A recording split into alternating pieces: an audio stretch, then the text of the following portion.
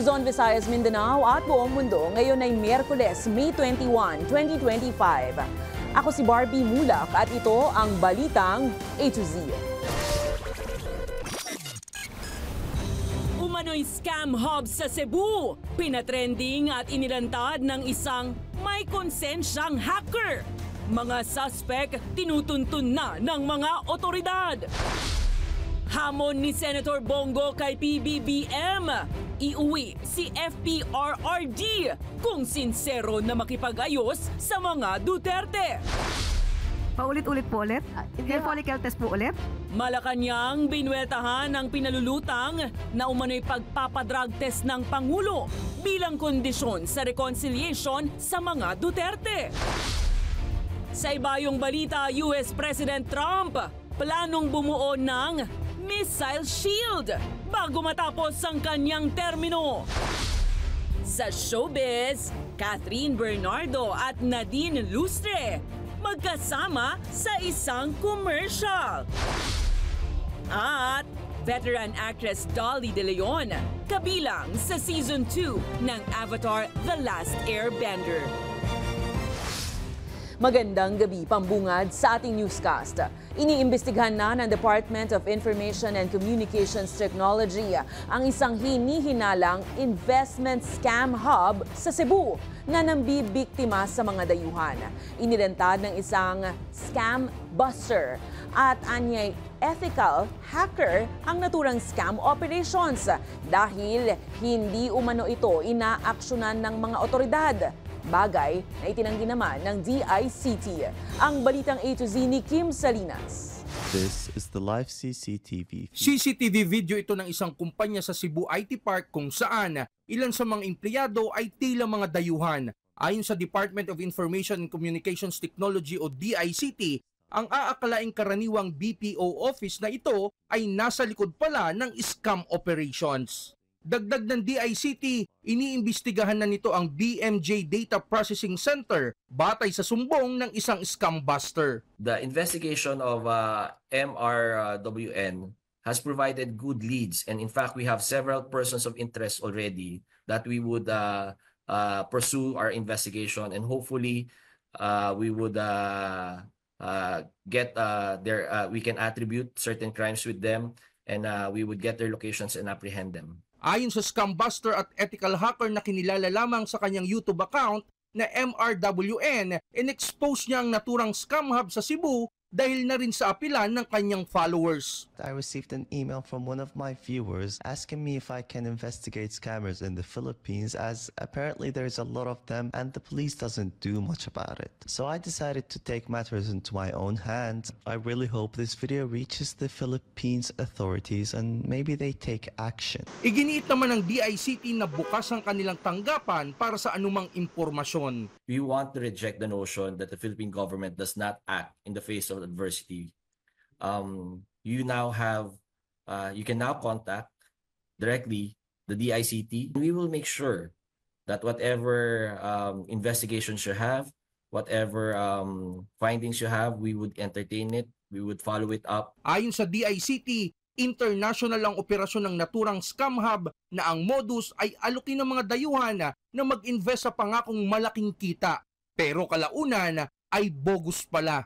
Pinuntahan ng PNP Region 7 ang nasabing opisina pero bakante na ito ng kanilang datnan. Patuloy kami na magmamanman, patuloy kami na tatalima sa aming mandato. Tayo ay nananawagan sa lahat ng may mga skill na gano'n, na ipagbigay alam sa lahat ng law enforcement agency kung sakaling meron silang ma-discover. Hinimok naman ng DICT na dumulog sa kanila ang sino mang may impormasyon para sa ikahuhuli ng mga scam hubs sa bansa.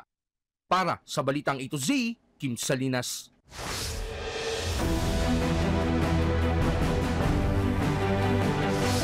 Muling nanawagan ang mga kaalyado ng pamilya Duterte na kung totoong sinsero si Pangulong Marcos na makipag-ayos, ay dapat ibalik niya sa bansa si former President Rodrigo Duterte.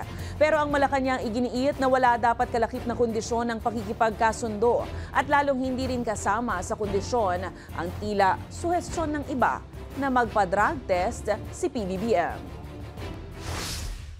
Kung gusto niyo po ng reconciliation, pabalikin niyo muna si Tatay Digong. Siya naman po ang dapat kausapin. Bring Duterte home! Yan ang panawagan ng matibay na kaalyado ng mga Duterte na si Senator Christopher Bongo ukol sa alok ni Pangulong Ferdinand Marcos Jr. na makipag-ayos sa pamilya Duterte.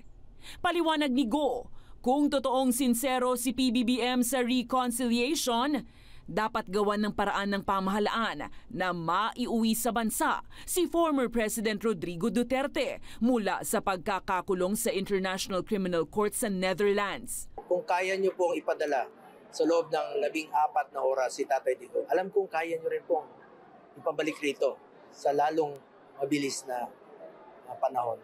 Suportado naman ni Opposition Senator Riza Ontiveros ang posibilidad ng pagkakaayos ng mga Duterte at Marcos.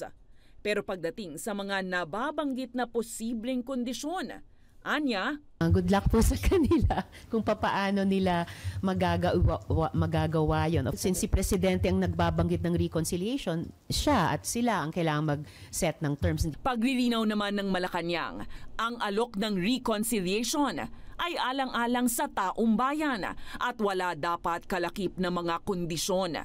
Bukod sa pagpapauwi kay Duterte, ay lumulutang rin ang umano'y kondisyon na magpa-drug test muna ang Pangulo. Hindi naman din po batay dun sa video lang yung panawagang magpa-hair follicle test ang Pangulo. Bukod po doon, medyo... Paulit-ulit po ulit? Hair follicle test po ulit? Ang pakikipagkasundo po ay para sa taong bayan, hindi para sa personal na interes ng iba. Ayaw po niya ng away. So, ang awayan na to, ang siya nagpapabagal sa trabaho ng gobyerno. Giit pa ng palasyo, labas sa usapan ng reconciliation ng pagpapanagot sa sinumang may sala. Sa harap yan ng nalalapit na impeachment trial ni Vice President Sara Duterte. Wala pong nabanggit na hindi niya ipapatupad ng batas. Wala pong nabanggit na magpapatawad siya kung may nagkasala.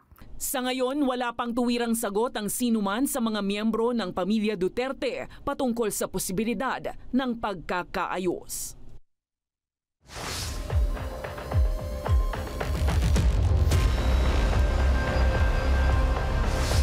Pinayagan ng International Criminal Court ang hiling ng prosecution na palawigin ang deadline ng paghahain ng mga dokumento kaugnay ng kaso laban kay dating Pangulong Rodrigo Roa Duterte. Sa desisyon ng pre-trial chamber noong May 20, itinakda ang bagong mga petsa kung saan June 16 na ang deadline ng prosecution sa paghahain ng request para itago ang pagkakakilanlan ng mga testigo o mga ebidensyang hindi pwedeng ibunyag. June 20, deadline naman sa mga response sa mga nabanggit na request.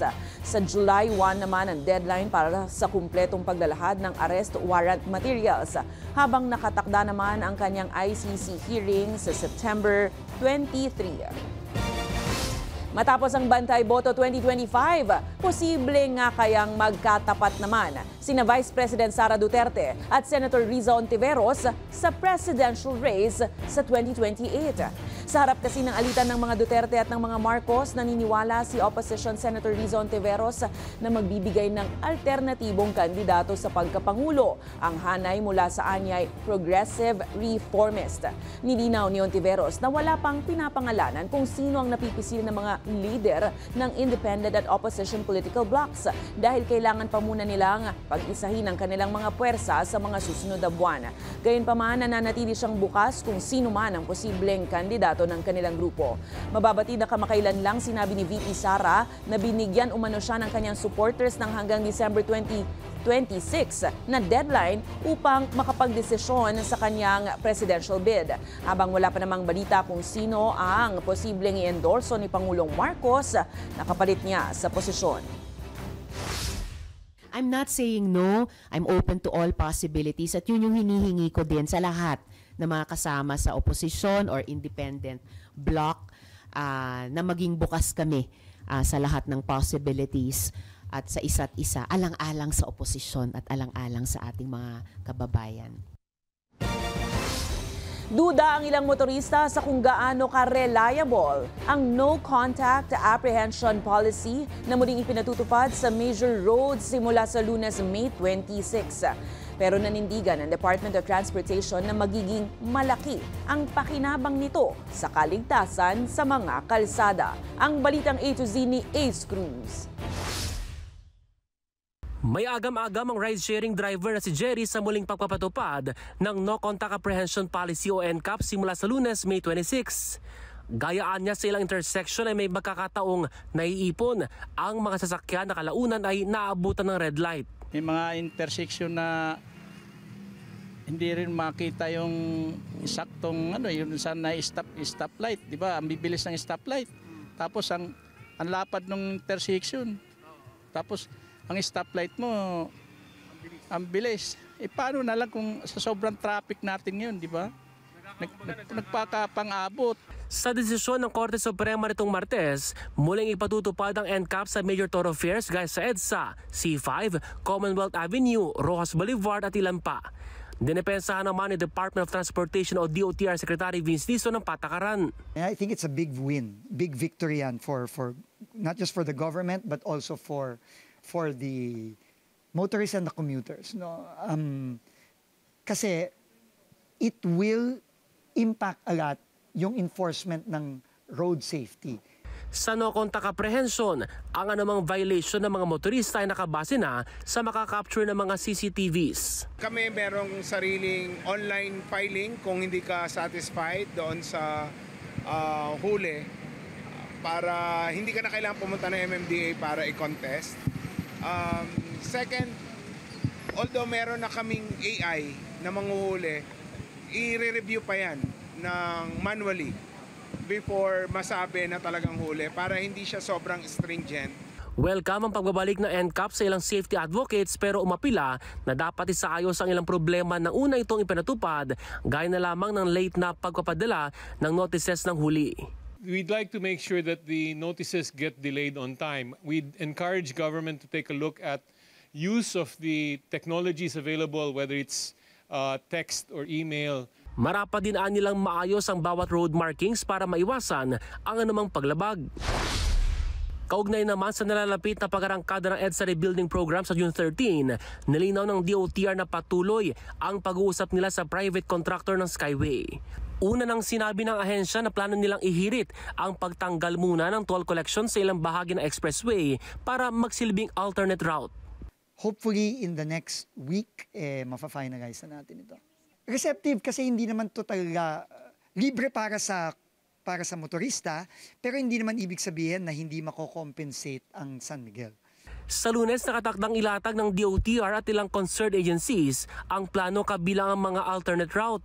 Pero nilinaw na ang rebuilding program ay hindi gagawin para palawagin ang mabigat na daloy ng trapiko sa EDSA. Sa halip ay para tiyaking maayos at ligtas ito. Kaya nga pinapamadali din ng ating Pangulo ang lahat ng mga magagaking proyekto tulad ng subway, tulad ng pagsasaayos ng common station, ng MRT-7. Yan po ang magiging ultimate solution sa traffic. Posibleng tumagal lang hanggang 2 taon ang rebuilding program sa EDSA. Para sa Balitang A to Z, Ace Cruz.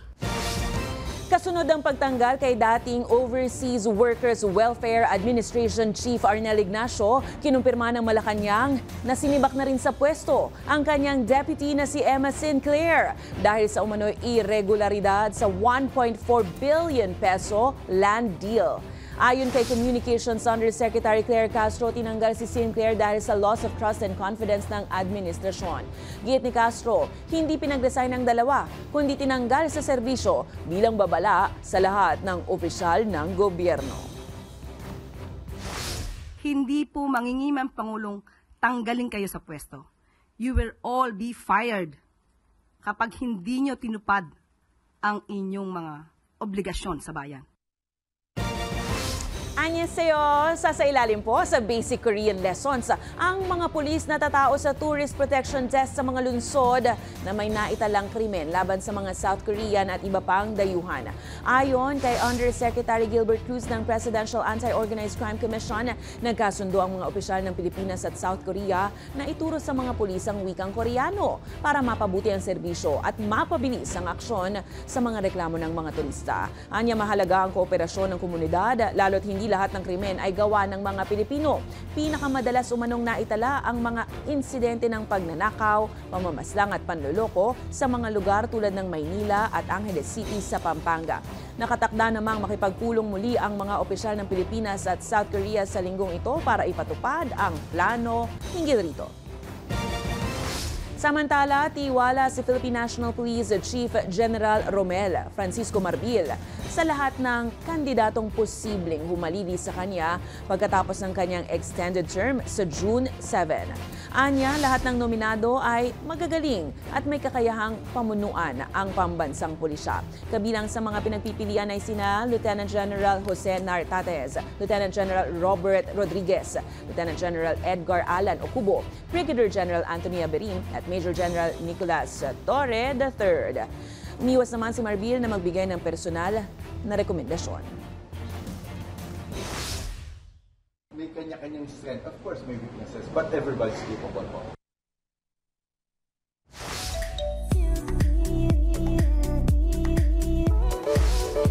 Mothers in one frame. Matapos ang ilang taong paghihintay ng fans na makita sa iisang proyekto ang kapamilya OG Queens na sina Catherine Bernardo at Nadine Lustre, sanib-puwersa ang dalawa para sa isang upcoming commercial ng isang brand na may temang Queens. Sa Instagram, kapwa ipinasilip pa ang ilang snaps mula sa shoot ng naturang proyekto. Very queen ang datingan ni Catherine at Nadine wearing their hot pink dresses na talaga namang sumakses ang peg. Ito ang kauna-unahang pagkakataon na lalabas na magkasama sa isang commercial project ang dalawang aktres. Susunod 5 buwan bago ang kauna-unahang Bangsamoro Parliamentary Elections, COMELEC unti-unti nang ikinakasama mga plano at proseso kasama ng mga gagamitin sa halalan. At bagong wax figure ni Princess Kate ipinakita na sa Madame Tussauds sa London. Abangan ang kumpletong ulat sa pagbabalik ng Balitang A to Z.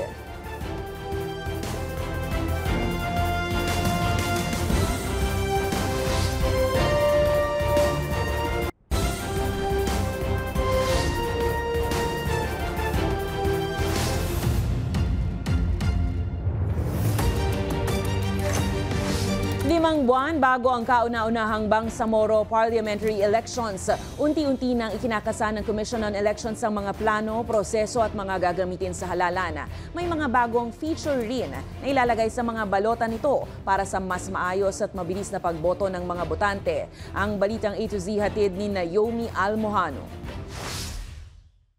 Pagkatapos ng halalan sa bansa na nakapagtala ng 82.2% voter turnout, ang pinakamataas sa kasaysayan ng midterm elections, tuloy ang trabaho ng Commission on Elections para naman sa paghahanda sa Bangsamoro Autonomous Region in Muslim Mindanao o BARM Parliamentary Elections sa Oktubre.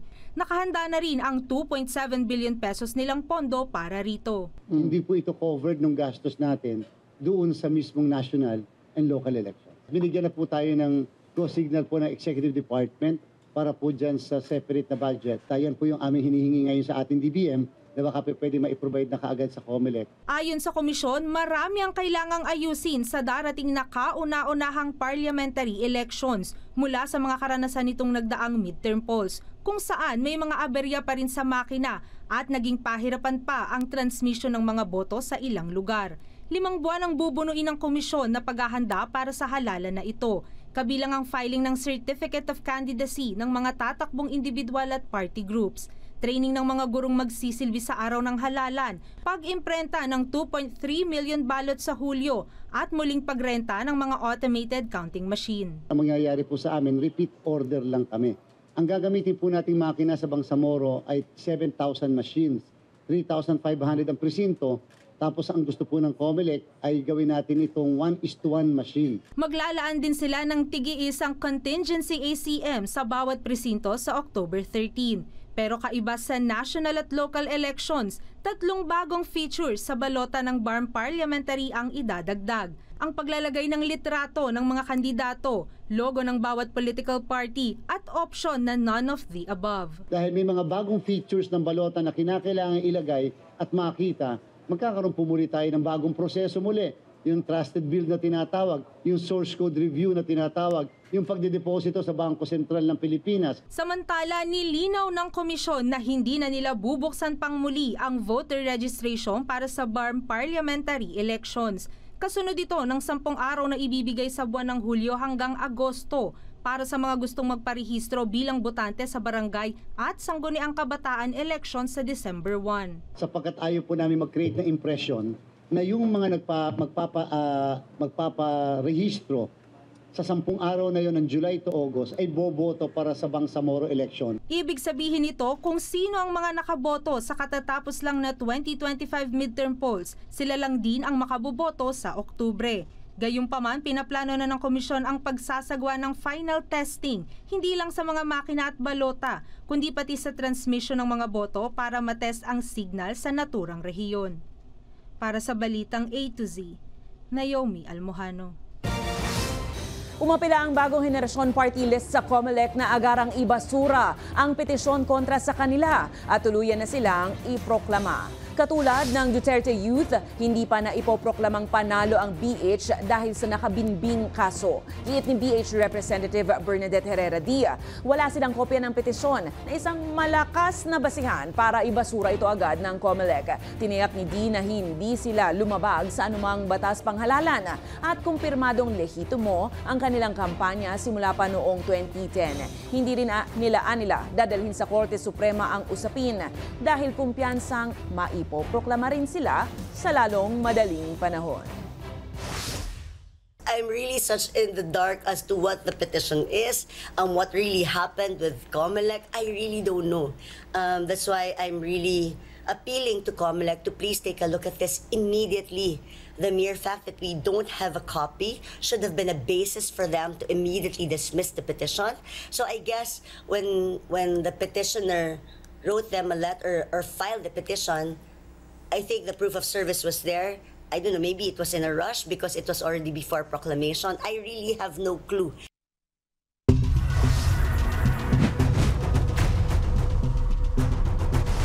Nagsumite na ng sinumpaang salaysay si Alvin Ke, ang anak ng pinaslang na negosyanteng si Anson Ke, na may tuturing umanong mahalagang ebidensya sa pag-usad ng kaso. Ayon sa kanyang abogado na si Attorney Perlito Campanilla, inilahad sa statement ang buong salaysay mula pagkidnap, negosasyon sa ransom hanggang sa positibong pagkilala kay Anson Ke. Umiwas naman ang kampo ni Ke sa pagtalakay sa detalye ng kaso sa publiko dahil sa subjudice rule. Itinanggi rin ni Campanilla ang alegasyon na kasabwat si Ke sa krimen. Nakahain na rin ng emosyon para maalis si Ke bilang respondent sa kaso na kasalukuyang dinidinig sa Department of Justice. Matagumpay na nagtapos ang ika-6 na bilateral maritime cooperative activity ng Pilipinas at Amerika sa karagatan ng Palawan at ng Occidental Mindoro.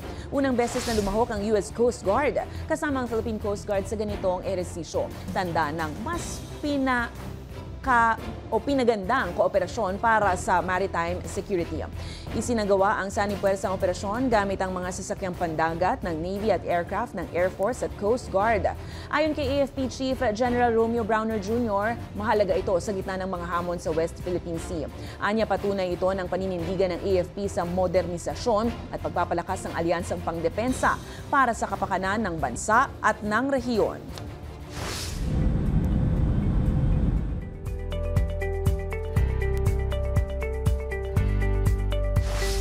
Sa Amerika, inilahad ni US President Donald Trump ang planong pagtatayo ng $175 billion na Golden Dome Missile Defense Shield na layong depensahan ng Amerika laban sa mga banta mula China at Russia. Sa isang press conference sa White House, sinabi ni Trump na maglalagay ng daang-daang satellite para magbantay at magharang ng mga war rockets. Kumpara ito sa Israel's Iron Dome. Mas malawak ang Golden Dome dahil may sarili anyang fleet ng attack satellites para harangan ang mga banta sa himpapawid. May tatayo ang shield bago anya matapos ang termino ni Trump sa 2029.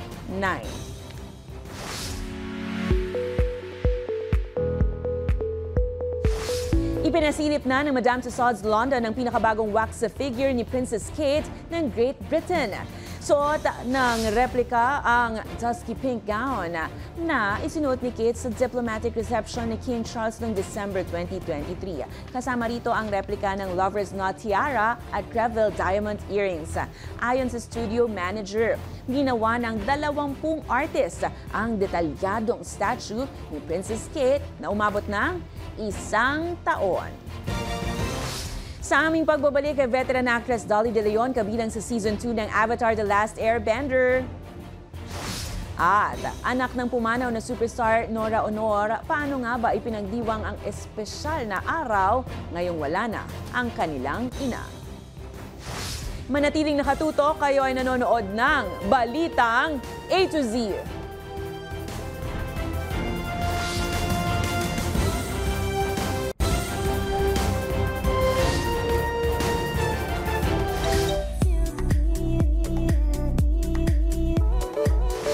Sasabak sa live-action adaptation ng Avatar The Last Airbender ang BAFTA nominee at veteran actress na si Dolly De Leon. Samantala, Lotlot De Leon, ipinagdiwang ang kaarawan ng namayapang ina na si Nora Honor. Ang Balitang A to Z Showbiz ni Lane Garcia. Philippine Representative. Matapos maging one of the 9 perfect strangers, may panibagong project na naman ang international and award-winning actress na si Dolly De Leon. Kabilang lang naman ang ating very own Dolly sa bagong cast ng live-action adaptation ng Avatar The Last Airbender para sa ikalawa at ikatlong season nito. Inanunsyo yan mismo ng aktres sa kanyang Instagram. Sa pamamagitan ng isang poster, makikita ang cast ng naturang series kabilang si Dolly. Gagampanan ni Dolly ang karakter ni Lo at Lee ng Fire Nation, ang kambal na advisor ni Azula. Makakasama rin ni Dolly ang film actor na si Jonjon Briones na gaganap bilang Master Swordsman Piandao. Kaabang-abang! Samantala, ipinagdiriwang ng aktres na si Lotlot De Leon ang ika-72nd birthday ng kanyang ina na namayapang superstar at national artist na si Nora Honor. Sa Instagram, makikita ang isang litrato ng lapida ng yumaong aktres. Kalakip ang pagbati na Happy Birthday in Heaven, Mommy! I will always love you. Napa-throwback si Lotlot sa ilang masasayang memories with her mother Nora noong nagsisimula pa lamang siya sa showbiz. Isa na dyan ang Lotlot and Friends na umere. 4 na dekada na ang nakakaraan na ayon kay Lotlot ay kauna-unahan niyang show. Kwento pa ng aktres, ang kanyang ina ang nakaisip ng title at concept ng kanyang variety show. Kilala si Nora Honor sa kanyang iconic roles na kanyang ginampanan sa mga pelikula gaya ng Himala, Minsay Isang Gamo-Gamo, 3 Taong Walang Diyos, Bona at marami pang iba. Isang patunay na ang kanyang husay at galing ay patuloy na kikilalanin at mabubuhay hanggang sa susunod pang henerasyon. Para sa Balitang A to Z Showbiz, Lane Garcia.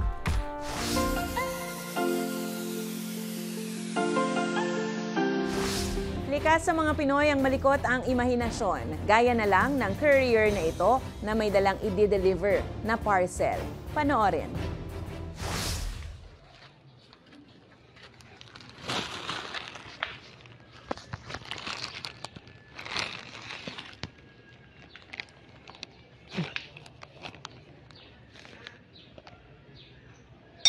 Nominis Padres Espiritu Santi. Tao po, Shopee Delivery.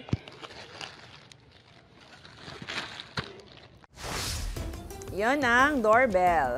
Kung kayo ay may kwentong kakaiba, mga kwento ng pag-ibig o storya na inspirasyon at pag-asa, maritong ibahagi, sumali sa ating Facebook group na Balitang A to Z. Panoorin ang replay ng ating programa at sundan ang ating social media pages, hanapin ang Balitang A to Z. Ang ating pabaong quote of the night ngayong Miyerkules ay mula sa politiko at abogadong si George Mitchell. Sabi niya, hindi labis na hinihingi ang kapayapaan, katatagan sa politika at pagkakaisa.